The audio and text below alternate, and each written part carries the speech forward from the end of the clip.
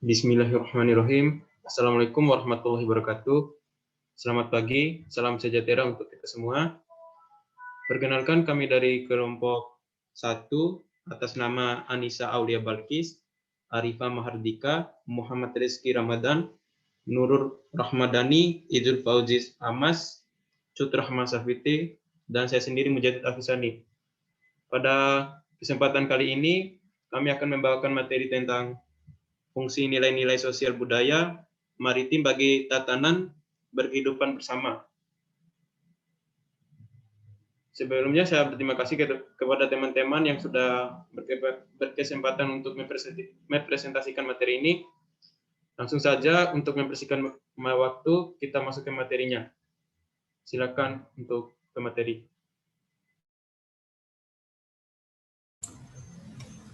Jadi yang pertama, fungsi nilai-nilai sosial budaya maritim bagi tatanan berkehidupan bersama dalam konteks kelompok kerja.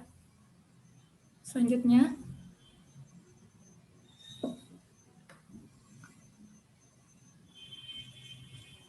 jadi dalam kelompok kerja, unsur-unsur dalam sistem budaya maritim menjadi regulator masyarakat maritimnya. Masyarakat maritim perlu mendukung dan memberikan energi pada budaya-budaya maritim. Keterhubungan informasi budaya maritim dan penguatan sistem sosial masyarakat maritim tersebut akan menghasilkan bentuk kepribadian dan watak atau jiwa maritim individu masyarakat maritimnya, serta individu masyarakat yang mendukung dan memberikan energi kepada sesamanya. Selanjutnya,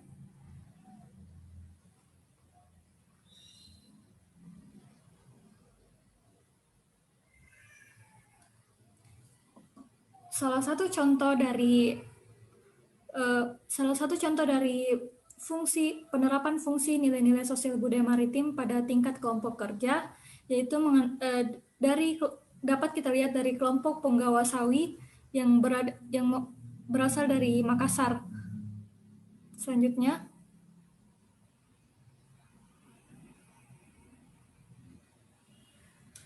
masyarakat kelompok kerja Penggawa Sawi ini berasal dari pesisir Desa Tarupa, Kabupaten Kepulauan Selayar, yang Punggawa ini ialah seseorang yang mempunyai modal yang banyak dan memiliki beberapa kapal, sedangkan Sawi adalah orang-orang yang diburuhkan oleh punggawa tersebut. Sawi bertugas melakukan aktivitas penangkapan berdasarkan instruksi dari punggawanya. Selanjutnya,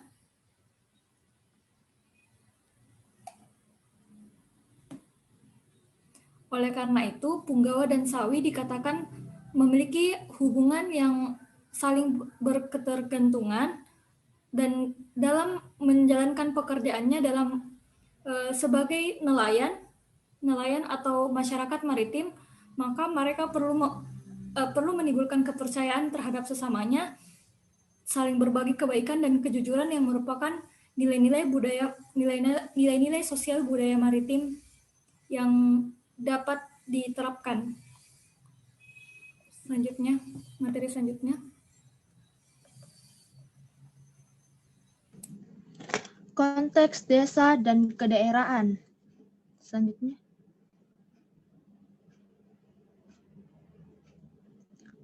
Secara umum, desa adalah aglomerasi pemukiman di area pedesaan. Di Indonesia, istilah desa diartikan sebagai pembagian wilayah administrasi di bawah kecamatan dipimpin oleh kepala desa. Dan pada saat ini, pemahaman tentang desa selalu identik dengan daratan pertanian yang jauh dari kawasan pesisir dan laut. Dalam era Kabinet Kerja Presiden Joko Widodo, lebih menekankan pada pembangunan kemaritiman. Eksistensi dan potensi lautan atau maritim Indonesia selalu memunculkan gagasan desa maritim dan permasalahannya, baru membangunkan masyarakat Indonesia, sebab lautan adalah sisi terpenting dalam kawasan teritorial NKRI. Selanjutnya.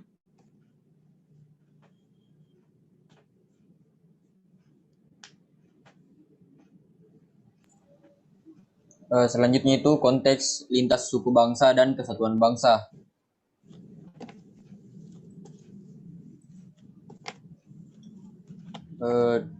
Dalam kehidupan berbangsa, laut sudah menjadi bagian terpenting bagi negara Indonesia. Hal ini disebabkan karena sebagian besar kehidupan sosial, politik, ekonomi, dan kebudayaan Indonesia telah mencerminkan kemaritiman Indonesia. Di mana perlu kita ketahui bahwa di masa lalu itu Nusantara pernah mengalami kejayaan maritim. Kejayaan maritim dapat dilacak dari kehadiran kerajaan-kerajaan di pesisir pantai yang telah membangun budaya maritim. Disebut memiliki budaya maritim karena kerajaan-kerajaan itu menghidupi aktivitas ekonominya dari perdagangan yang kegiatannya dipusatkan di laut. Kerajaan maritim yang menyebar dipisahkan laut, lalu tidak membuat mereka saling menjauh tetapi saling berinteraksi. Interaksi antar kerajaan terbangun lewat transaksi perdagangan.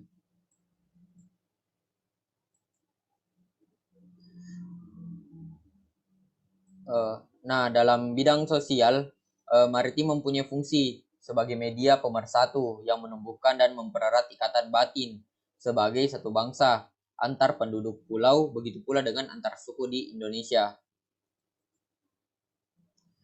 Dalam bidang budaya maritim memiliki fungsi sebagai landasan bagi berkembangnya kebudayaan dan tradisi yang berlangsung dalam masyarakat.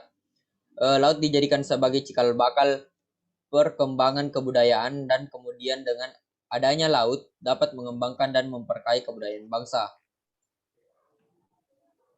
Ya, untuk materi selanjutnya. Baiklah, saya akan menjelaskan tentang fungsi nilai-nilai sosial budaya maritim bagi tatanan bersama dalam konteks lintas bangsa atau internasional.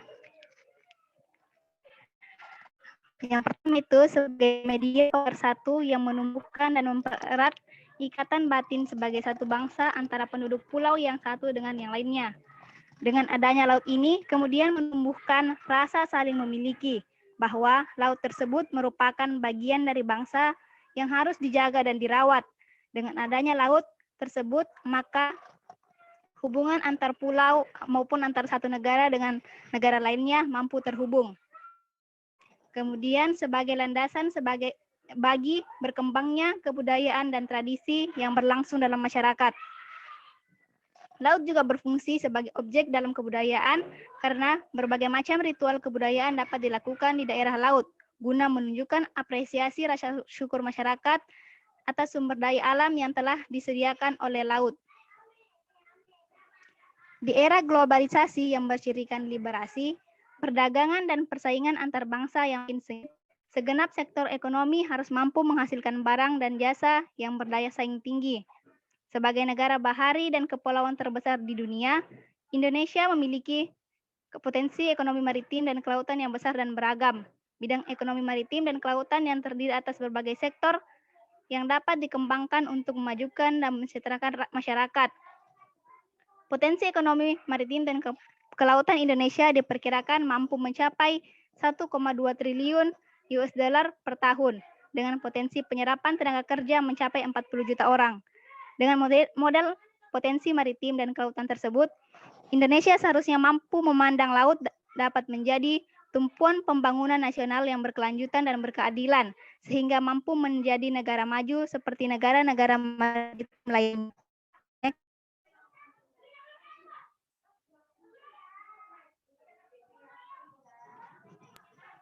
Materi selanjutnya yaitu ancaman dan konflik sumber daya hayati laut. Indonesia adalah negara kepulauan yang terbesar di dunia dengan luas lautan mencapai 5,8 juta kilometer persegi. Kondisi seperti ini dapat memberikan peluang juga ancaman dalam bidang keamanan maritim.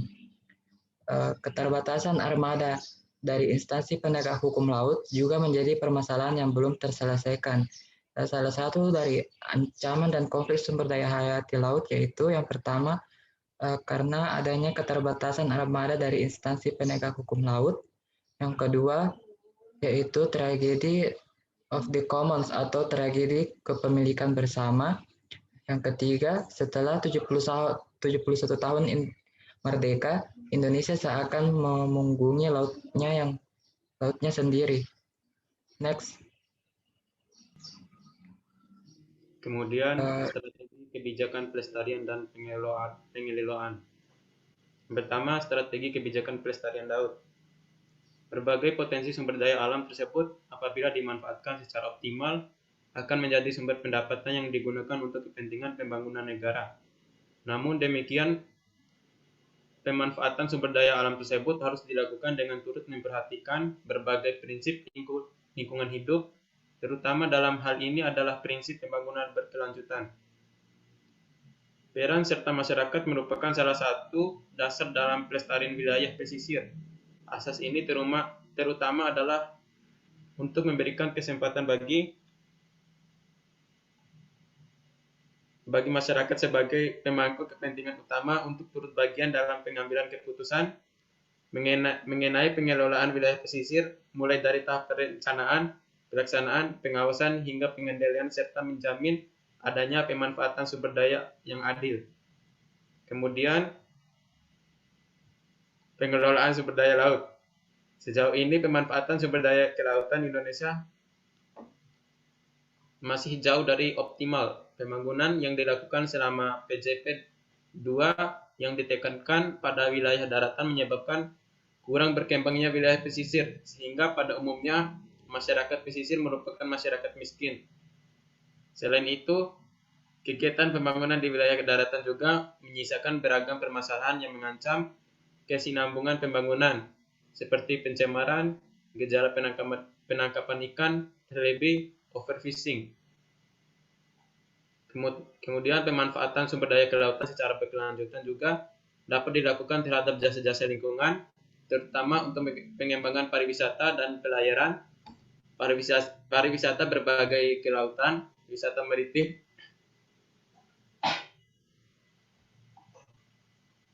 telah menjadi salah satu produk pariwisata yang menarik. Pembangunan kepariwisataan maritim pada hakikatnya adalah upaya untuk pengembangan dan pemanfaatan objek dan daya tarik wisata. Next slide. Kemudian, dialektika desentralisasi pengelolaan wilayah pesisir. Pengembangan otonomi daerah menjadi salah satu bagian penting dalam dialektika desentralisasi pengelolaan wilayah pesisir. Karena tujuan otonomi daerah sendiri bertujuan untuk mengembalikan penegasan kewenangan daerah atas pengelolaan sumber daya alam di wilayahnya. Namun yang harus disadari bahwa sumber daya kelautan selain terdiri dari sumber daya yang bersifat tetap, serta sumber daya yang bersifat mobile atau bergerak. Kemudian otonomi daerah bertujuan untuk penataan ruang dalam kebijakan publik agar dapat mengoptimasikan kepentingan antara para pelaku pembangunan dalam kegiatan pemanfaatan ruang. Penataan ruang juga memadukan secara spasial fungsi-fungsi kegiatan pemanfaatan ruang, baik antar sektor maupun antar wilayah administrasi pemerintah agar bersinergi positif dan tidak saling mengganggu. Next.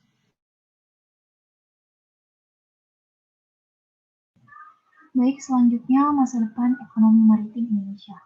Telah kita ketahui bahwa luas lautan dibandingkan luas daratan di dunia mencapai kurang lebih 70:30, sehingga menjadi tantangan tersendiri bagi negara-negara yang memiliki kepentingan laut untuk memajukan maritimnya. Seiring perkembangan lingkungan, strategi peran laut menjadi signifikan serta dominan dalam mengantar kemajuan suatu negara. Kekuatan posisi geografis Indonesia merupakan potensi besar untuk memajukan perekonomian Indonesia.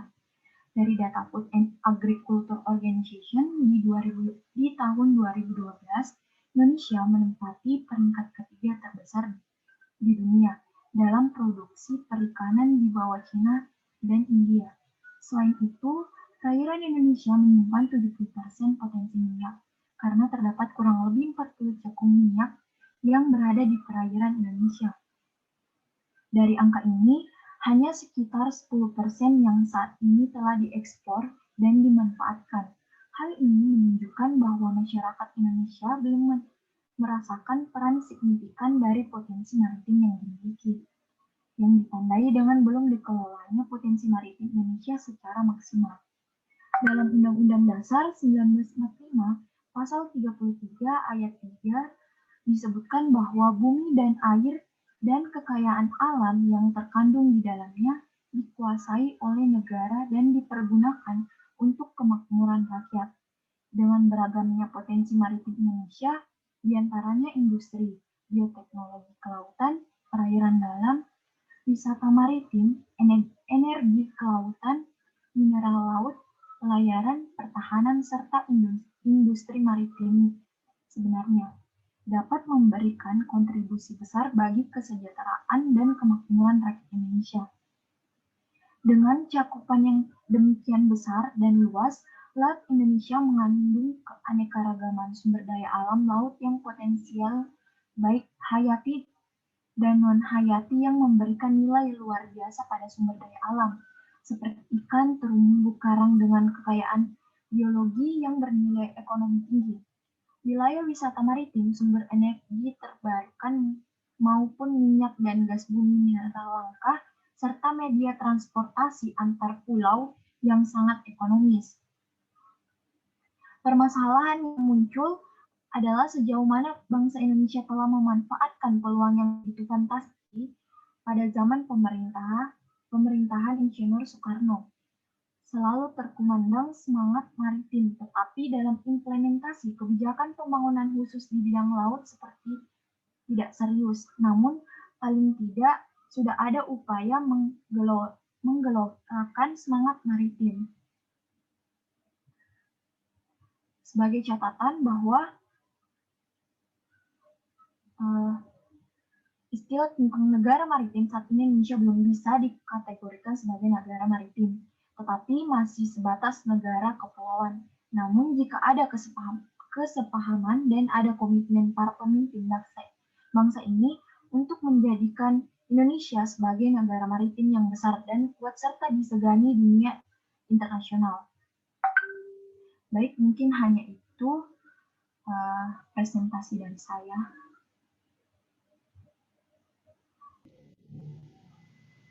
Mungkin hanya ini materi yang bisa kami sampaikan. Demikian untuk presentasi hari ini. Semoga apa yang kami sampaikan dapat bermanfaat bagi kita semua. Lebih dan kurangnya kami mohon maaf, karena kesempurnaan hanya milik Allah. Wabillahi taufiq wal hidayah. Wassalamualaikum warahmatullahi wabarakatuh. Sekian, terima kasih.